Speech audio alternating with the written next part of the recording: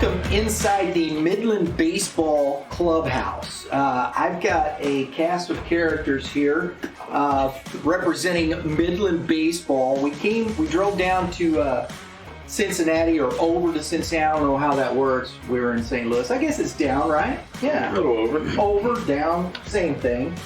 We're in Batavia, which is just outside of Cincinnati.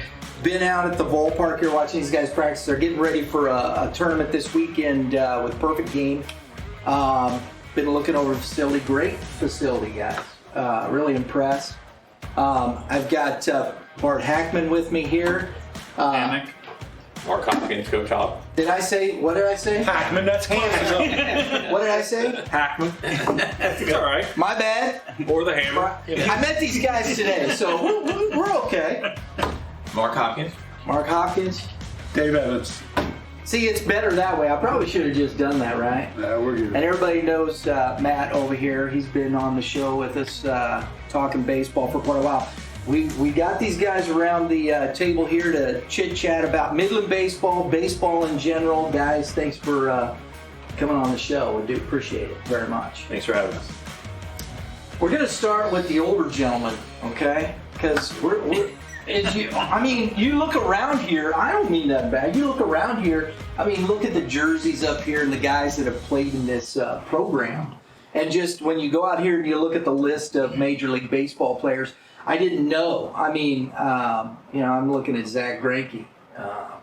His name's on the list. And some of these guys, I was like, oh my gosh, Zach Greinke? Really? I've watched him pitch a long time. And there's been so many names. You see this?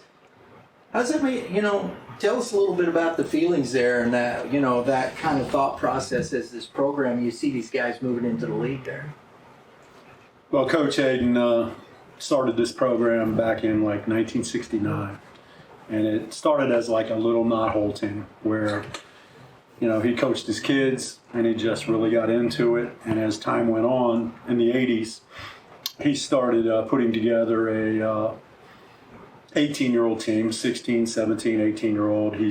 He sponsored many teams at all different age levels. He would have, at one time, I think we had 30 or 40 teams that, he sponsored. Wow. So that's how he got started. And then in the 80s, he got interested in playing a little. His kids were done playing. So then he started playing some, a little better baseball. And that's when he started going to the tournament in Farmington, New Mexico. I think their first year might have been 1982. And that's the Connie Mack World Series? That's the Connie Mack World Series, yes. Back in those days, we would play our games at Xavier University, University of Cincinnati, and then almost every Sunday we'd go to Coach Hayden's alma mater, Miami University, which is about an hour away from here, which made for, we played doubleheaders one Sunday, hour up, hour back, and every Sunday, Saturday, we would play doubleheaders up there. So that's how we got started. And then in the, 1984, they won their first national championship and backed it up in 1985. In the 80s, they had some tremendous baseball players here, Barry Larkins, Ken Griffey Jr., and unbelievably, those two didn't play on national championship teams. Is that right? 84, yeah, 85. They just had solid teams, basically from the Cincinnati area. Mm-hmm. And in the late 80s, early 90s, he started to branch out a little bit and tried to, he found that the competition out there was pretty strong and he wanted to win it every single year. Coach Hayden wanted to win every single game, every day he went out, and that's just the way he was. To describe Mr. Hayden, unbelievable person, unbelievable family man. Loved his family, his wife, his boys. His boys were involved in his business, and very, very family oriented. Next, he was an unbelievable businessman. Built a business with his dad and brother and turned it into, what he had when they sold it in 2014. An unbelievable insurance company that was very, very successful. Yeah. Sometimes I think he got a little mixed up in that 1, 2, 3 and that baseball. Probably got up there before, the business part of it. We were talking earlier about any time that I ever tried to get a hold of him, he would answer every call. It didn't make any difference if he had a hurricane going on and he was losing $20 million, he would take the phone call. He loved his baseball. He loves his players. Hang on, I got to put you on hold, man. I know you're in a hurricane, but I got baseball. No question. Baseball to him was, he loved it. In 92, he built this complex here. He moved his business from downtown Cincinnati here, and true to form, the baseball field was built before the company. Yeah. Before he built the building out here. So in 1992, we got our own home facility here, and we've been here since 1992. He made a lot of improvements with it. It started off, no lights and no this and no that, but as time went on, it was first-class facility. So he loved kids. He loved giving to kids. Anytime anyone ever, just like when I call, it's the same deal. He would take any kid's phone call anytime. It didn't make any difference if they were the backup catcher on the 1986 team or the Ken Griffey Jr. Loved his kids, loved his players, and once you became part of the Midland family, you were in. Yeah. We've been watching a lot of the stuff with the Throwback Thursday. You've been on there yourself. Yeah. And you see a lot of that. There's a lot of, every time, it almost starts off with that. First things first is, Coach Hayden, we appreciate you, everything you did and whatnot. And I think that speaks volumes to what you're saying and how these kids really understood what the program was about. I really do. So tell me this. Can you guys talk to the fact, how is baseball from that time till now? Okay, there's been a lot of baseball played in this area. A lot of baseball probably played out here. From that time till now, how's it evolved? How did it start to where it's evolved to what it is today? Well, back in the 80s, you had no place to practice. You just showed up and played at Miami University. And, they had great teams and great players, but, if you got some swings before the game, it was in a cage up there. A lot of times you couldn't even do that. But, by building this facility right here, he gave us the opportunity to, kids, they come in every day of the week. You're playing anywhere from 5 to 7 games, every week. And you get here to do speed training in the morning. They can use the indoor facility to get their early work in. Every single day we have BP on the field. So they may get here at 2 o'clock and, you may not start the game until 6, but you're doing baseball activities and these guys are working, Bart with the catchers, Hop with the hitters, our pitching coach, doing his job with the pitchers. And that's where, it's really changed for us to be able to get that extra work. But I think, in my opinion, players are better today because of the training.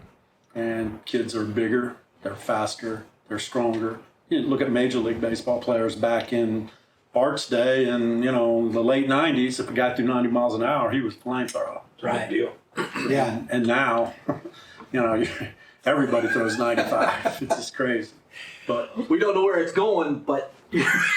that can be a little bit of an issue, but yes, no question. I'm sorry. We have this conversation all the time. You played with Midland. I did. What years were that? I played for the Redskins. I played under Coach E, Coach Hop, Coach Hayden. That would have been 1998. And I was in the program starting in 96. So 3 years in the program, and then moved away after college, and then came back here. 2008 was my first year back coaching at Midland. Very good. How's it? Tell us a little bit about your experience. You're in that 90s he's talking about, as the 90s, that progression there, what's the difference you see from then to today? So just talking about arms in general, in 1998 was my senior year in high school playing here. If you threw 90 miles an hour, you were potentially a top 10 round guy. I mean, we faced Josh Beckett in the Sky Dome in Toronto, and I think he was number 1 overall pick. That's right? Josh Beckett was a number 1 overall pick? He was up there. He was like 92, 96, and he's a number 1 overall pick. But again, if you were a 90s guy back then, 90, you had a chance to play pro ball right out of high school. Mm-hmm. Now there's a tournament we're going to in a few weeks. I want to say 2 or 3 years ago, there was 89 teams in the tournament. There was 212 guys that threw 90 plus, and there were 65 guys who threw 95 plus in one tournament. Yeah. And that's not counting the football guys who weren't there or guys that just want to shut it down. But you had almost 300 guys throwing 90 plus. I think a lot of it has to do with the training. In 1998, you were lucky if you had a pitching coach on your team. We have 17 arms usually during the summer, and those guys are from all over the country. They all have their own pitching coach. I mean, back in, like I said, the late 90s, there was no such thing as an outside pitching coach that I knew of. Right. It just wasn't. There wasn't any training facilities. There wasn't any velo programs. There was nothing special. You just threw during baseball season. You played football. You played basketball.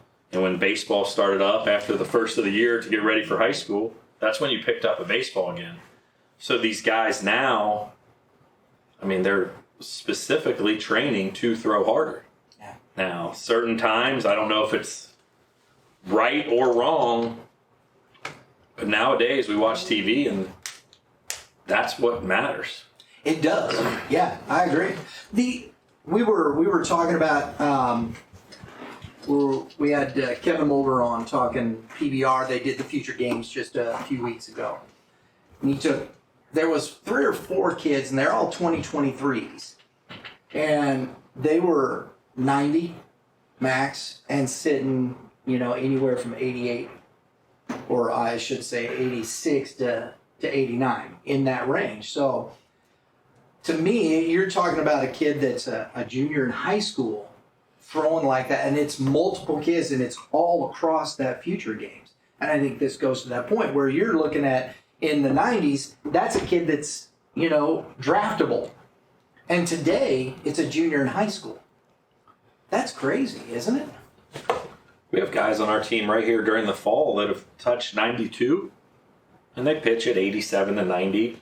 They're uncommitted. They don't even have a school to go to yet. And it's not because they have offers and make a decision. They have very little interest for whatever reason, because these colleges are recruiting so much earlier that, in his window a few years ago, he probably was 81, 84, and they scooped up these guys that were 87, 89. They don't have any money left for him right now. At a Division I program, he's going to play college baseball, this specific kid, and he's good. But in my day, if he would have been throwing like he is now, he would be going to a Power 5 school. It's crazy, the velo, the stuff that they do. And again, I don't know if it's right or wrong, but just like anything, the more effort you're training to get better and better, at some point, that thing's going to break down. And that's the reason why we have Tommy John issues, is that training. When I played baseball back in the day with E and Matt's in my window, you play Friday, a game or two. You play Saturday, maybe a game, and maybe Sunday. These guys will play 2 games Friday, 2 games Saturday, 3 Sunday, and they have 12 guys on their roster. So they're getting beat up, worn out on Friday. Someone wants a trophy on Sunday, and they're throwing 12, 15 innings in a weekend. I mean, big leaguers throw, if you're a starter, you might throw 4 to 7 innings that week. Right. We're Not to having mention what you're throwing when you're playing the field. Yeah, Right. because you're a two-way guy. Right. But there's a major issue with the arm thing. But again, all of us here know 95 is real. 93 is real. Yes. 82 doesn't play. And it sucks as a parent and stuff to really find that line. But again, every school that calls me, they want to know velo. It's the first thing, isn't it? First thing. And you could have a great pitcher that throws 82. And he gets outs. I don't know how he does it. He wins. I mean, it's done past that. You're looking, that's Division II, maybe even Division III, Probably right? lower than that. Right through. But it's crazy. So Yeah. Coach. There's a kid that pitched last night for the Chicago Cubs. What's his Mills? He threw touch 90, 88, 87. Great breaking ball, change up at any time. You can win like that. That's how you win. But that's not what they're looking for. And he pitched last night against the Reds. The Reds are pretty decent baseball teams, can swing the bat. And they scored 1 run. Right. Joey Votto hit a home run. I mean, the guys that can throw 3 pitches and get it up there at 95, which, unfortunately last summer we saw a couple of those guys in the World Series.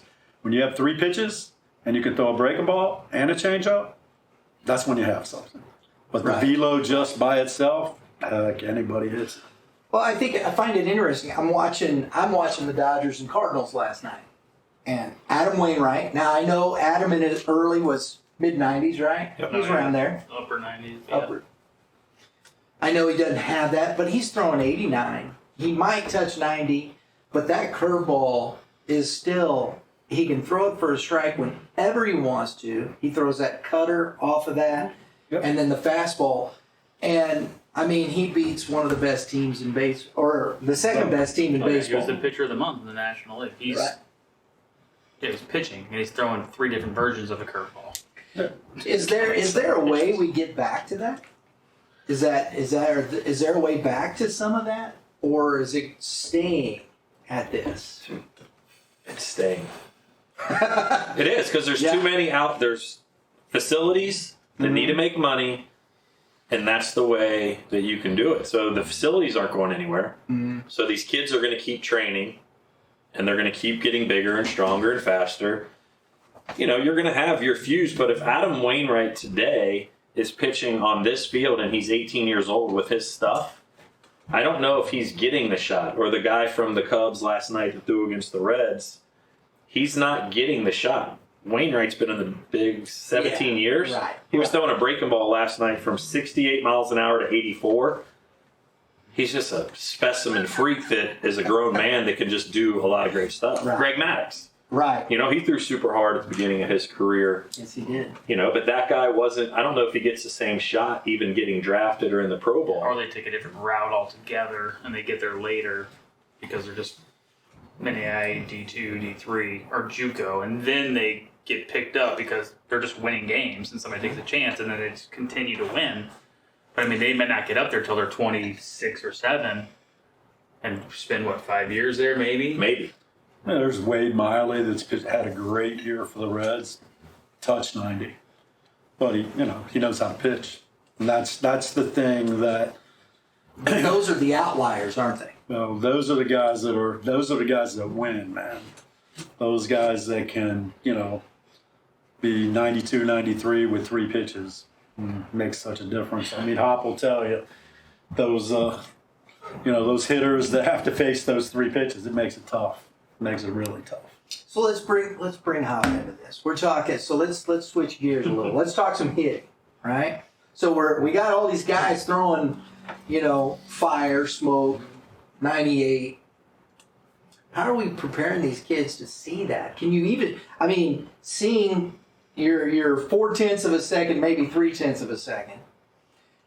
How does that translate? What are we doing today differently, mechanically, to set a kid up to hit that pitch? Well, first of all, I'd like to go back to pitching. Okay. I'd like to go back to pitching. Number one, he's standing on a damn mountain. He's got some guy down with fingers in his crotch. We got a guy behind him is telling me I should have swung at it. Well, that's fair. And now there are 8 other guys on defense, and all of a sudden I hit a home run. I'm running around first base and said, "That's foul." What's foul? Well, we got foul lines in this. Oh, wait a minute. What's a foul line? So I think it's always set up for the defense. If you think about all of the situation that you have on defense. Now, offensively, I think kids are bigger, stronger. Probably, I always talk about skills, about running and throwing and hitting with power, and that. Probably the thing that I see that we miss most is baseball IQ. That's a fair point. Yeah, baseball. You don't know. The other day, I was sitting with our team and I was talking about reading. I said, "What's the last book you read?" Not one player raised their hand. They're doing this or they're doing that. What's the last baseball game that you watched? Well, I didn't really watch one. So I think the baseball IQ is a big issue right now. And I know when I first got started with and the numbers are not important. I think I started in '84, and I started with the 15s. Next year they moved me to 16s, and I was there like 5 years. He gets moved up, I think in '90, to the Redskins. He picks me to take the 17-year-olds. In those days, what it was, 15s went to 16s, 16s went to 17s, 17s went to 18s. And that's the way Mr. Hayden had it. But it was a progress where you moved up, and we added 2 15-year-old teams, and we added, and we got where we were so good we had to have a 17-year-old B team because we couldn't get rid of these kids because given time, it was just a matter of time. Yeah. To develop. Yeah, they found that.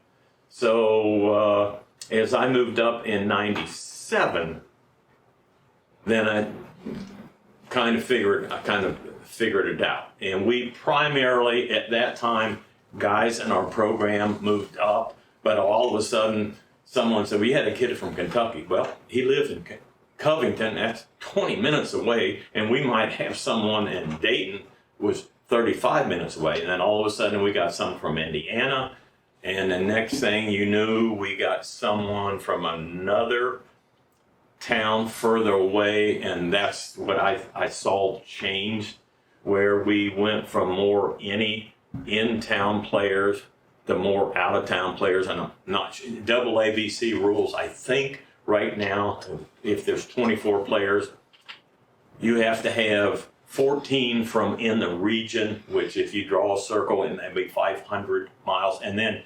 you can get 10 players from anywhere in the country. And that's double ABC made those changes. And I think that's what I saw, the transition from all in town, and all of a sudden it got bigger and bigger and bigger. Your talent pool grew exponentially. Yeah, absolutely. But the reason we did that is because everyone else out there was doing that. When we went out there and said, well, everyone's from California. Well, imagine that. Look at Ohio versus, and then Florida, a lot of good baseball players down. And so that's where I kind of see double ABC and our program change, because Mr. Hayden,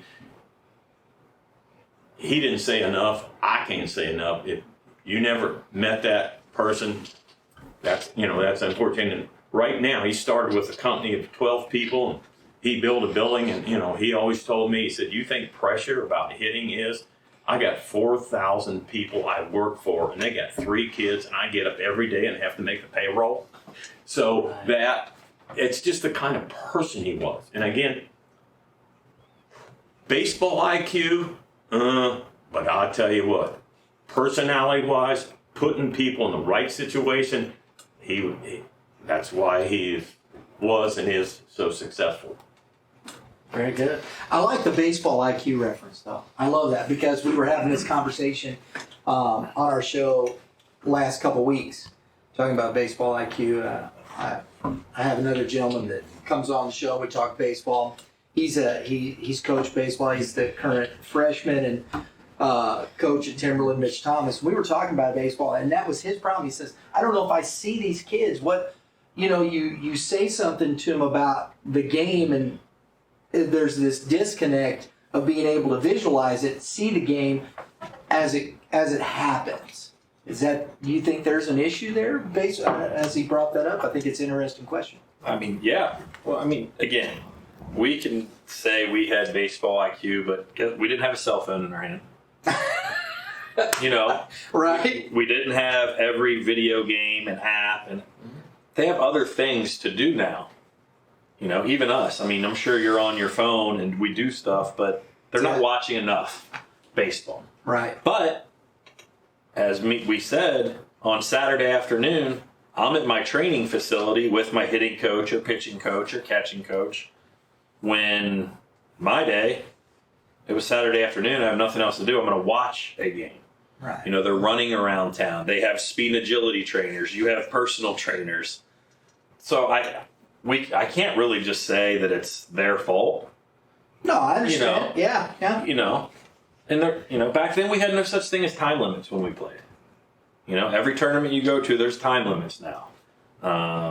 Every tournament we went to back in the day, you could take infield. Now you can't do that stuff. It's like, hey, game starts at 2, you got 12 minutes to get ready. Now you're fighting, and your arm's not ready. And your coach, as a coach back when he was with me, you had time to talk about, hey, this happened in the game yesterday, and kind of go through it. You get there today, and if you're trying to write the lineup, stick it up, and kids are out tossed. There was just, you had more time to talk baseball. Yeah. Guys, when you're talking about the Midland program, I know you have your Redskins team, that 18U team that it's a national team. You travel a lot of places to play. All right. When it comes to everything underneath that and how you're progressing, and Matt and I have discussed a lot of this because I know he's been working with you guys and what you're doing and how it's progressing. Where do you see the difference in the clubs from when you first started to how it's progressed now, and how many teams, and where are you looking for kids, and how does the program continue to succeed? Mark. I was going to let you take it. Whoever. Well, the Redskins don't really travel. They mainly stay at home in general. They'll travel a little bit. I mean, the big one is Farmington for the Timac World Series. And there's a little travel, but for the most part, right? I mean, it's... Yeah, our thing is we want development. They're developing kids. The big thing that I think people forget with their 18-year Redskins team is how much they practice, how much time and effort goes into the team. They'll practice every day. What if you have a game at 6 or 7? You come in early. They come in early. They hit, and you go through stuff. I mean, they're developing kids that are already good baseball players and making them even better before they go off to college or return for the next season. And if I might say, add to that, and that's the thing that I see in our area. God, I want to say this and be positive. Perfect game in Indianapolis and those kinds of situation is probably about money. And there's nothing wrong with money, but I think as I talk to these college coaches and these guys talk to them all the time, when they send guys to Midland, they say, you know what? When you go to Midland, we're not getting a freshman. We're getting a sophomore. You were away from home. away from mom and daddy, away from your girlfriend, and you get to practice every day and you get to play everything. And I think it's that development. Without brag or fact, we probably do our practices more like a college situation. So if you go in and you're going to do fall ball, hell, I've already done that. I got a night, but that's where it comes from. And without bragging, I think our coaching staff is strong. We're always wanting to make it better, but it's time on tasks, and it's about teaching baseball skills. And we're just nothing but a fall baseball program for college. And then we get in the situation, and like I always said, whether you like it or not, most of college coaches have kids, they have parents. Somewhere in there, they got to win. So winning is important. Now, if I'm a college guy and we've got certain guys that send certain guys here, and I know there's always that situation. Well, I want you to come to summer school. I want you to live. I want you to. But the guys that send our kids here, they said, you know what? I want you to go to Midland because it's going to be. If you go to Farmington, it's going to be more like the national championship. They want that environment where you've been there, where winning is important, but getting better. And how many guys have we ever seen? You're a shortstop. Well, there was a guy named Terrio. Oh, I'm going on. I'm a shortstop. 2 weeks later, I love second base. And I said, and we have flexible guys, and we say, don't lock yourself into one situation. Be flexible, and it works out. Yeah. Well, I mean, to bring it full circle, you're talking about individual pitching coaches, hitting coaches, which they have all that. So the game kind of goes individualized for a lot of kids. And you get kids, and I'm in this situation too, they've never played on a team that's a team, where you're actually doing things as a team to win baseball games. And that's one thing that they are really good at, is taking some guys and honing them together to create a really, really, really good baseball team. If you look at the history of all the guys that talked about, like the Throwback Thursday, it's greatest summer of my life, greatest summer of my life, greatest summer of my life, because they became part of something that was bigger than themselves. That's the kicker, and you can't find a team in the country, the 18U, that does what they do. Well, I think one of the things you look at, just success-wise, all the names that I read down there that are listed that have played MLB, okay? Everybody here sitting at this table, including myself, knows how hard it is to actually reach the major league level, right? I mean, what is the percentage of players across the board? It's like 0.004% or something like that, right? So you're talking elite level. That you've had that much success points to something that brings about an understanding of how I have success in this game. Agreed? Yeah. So how do you keep that momentum? I mean, you gentlemen here, you've been here doing it. How do you pass that along?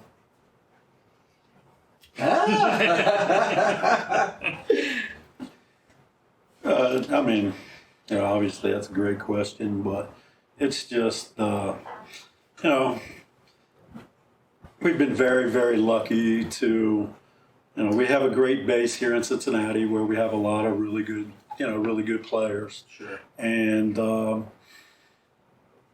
we're able to get out and Bart does almost all of our recruiting. And, some colleges, they want their kids to come to school, to get ahead in the classroom. Right. To lift. And then there's, like we talked before, there's some colleges that want their kids to get here.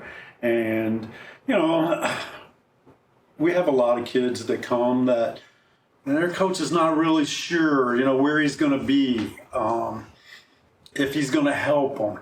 And to get in this environment and do the things that, we've talked about, get the extra work in, get that extra time, get that extra BP, be part of a team. When you get here, we tell every one of these kids, you're not going to play every game. Everybody's going to sit. It's just part of it. I mean, at the end, the best players will play, but everybody's going to get an opportunity. And you got to take advantage of your opportunity. We'll get from most high school teams, you're going to get the shortstop, center fielder, best pitcher, and they're used to batting third, and they're used to, pitching every fifth day. And, when you get here, somebody's got to bat ninth.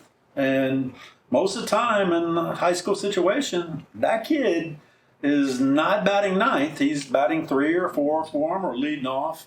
And, it's just, the greatest thing about this is developing these guys as a team, them coming together and everybody being a part. Your role is going to be different some days. And I think that's one of the great things about Midland baseball. We've been very, very lucky to, like we were talking about before, every kid that has come here has played college baseball, every one. So it might not be at a big time Division I, maybe some small time schools or a Division II school, but we're really, really lucky to get a lot of great baseball players. That's for sure.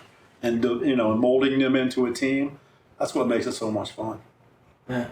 If I might add to that, Yes. and I talked about baseball IQ, which is difficult to find, probably more difficult to find are leaders. Because in our society today, if you speak up, it makes it difficult. And I can talk about some of our best leaders weren't starters, but they made a difference. I always had players I thought I could go behind and say, you're not talking about one of your players, but tell me an instant where if we got a problem coming, what can we do better? And you can't win without that leader. And very seldom, it's not the guy that hits the most home runs. It's not the guy that does that. But it's that guy, and I could mention almost in everything. If we didn't win, it could have been because we didn't get a good hit. But if we didn't win, we didn't have that guy that brought everyone together. And that's so difficult in our society because the way we are, if you speak up, you're bad. But if you got the balls enough to stand up and do it, that makes us win. There it is right there, right? I love it. That's true. Words of wisdom from the house there. That's right. That's right. Gentlemen, last thing here, and I want to come to Bart because, as you pass it on there and whatnot, and what you're seeing and bringing this to that next level and all these kids coming in and what you're seeing, and where do you see the program as it moves along?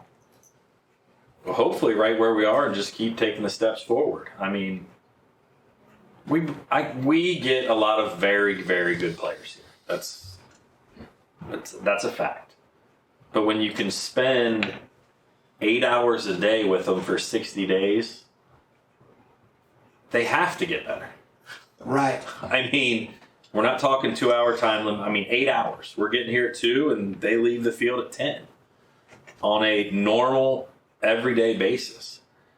So in my opinion, as long as we keep getting good players, Matt has taken over Midland now, our new owner, and we keep allowing our kids to develop and having time with them, it shouldn't go back anywhere. It shouldn't be.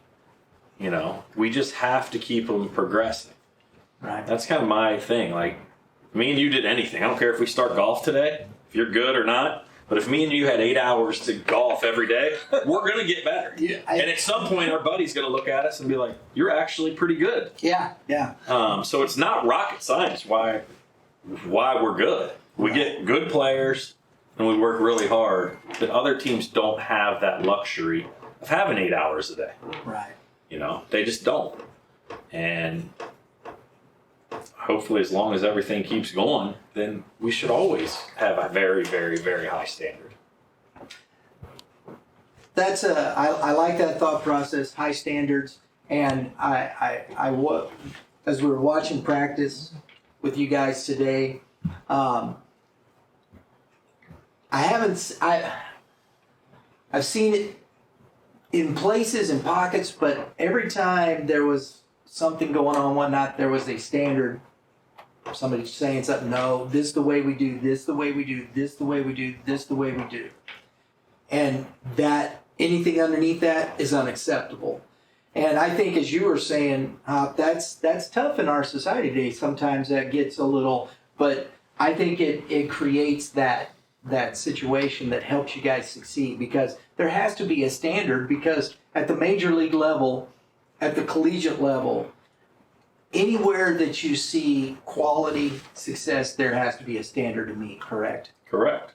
So I think it's absolutely important. You're not going to let your standards go, right? No, they're in place, and they weren't set by me. They weren't set by him. They weren't set by Matt. I mean, that Coach Hayden started, as he said at the beginning. Coach wanted to win. Yeah. And every great organization, they want to win. Now, either it's win by making a lot of money, win by having certain people give back to whatever it is, they want to be the best or at the top of that. And then if you want to be mediocre, then it's going to be very average, and they're going to have a team fold here, a business fold here. But usually the standard and the brands, it's set way back when, and that was Coach Hayden. He wanted to win, and he gave us an opportunity to keep it going after him. And Matt's given us an opportunity to keep it going, but it is straight standard, and that standard's not changing. No matter if I'm here or whoever, the next guy will keep that rolling. Absolutely. Guys, thank you very much. Appreciate your time. Really do. It's been a pleasure. Thank you for letting us come in and stick the camera in your face and all that stuff.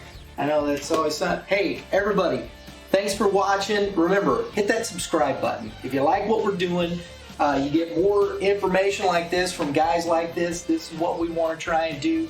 Hit the subscribe button. Hit the like button.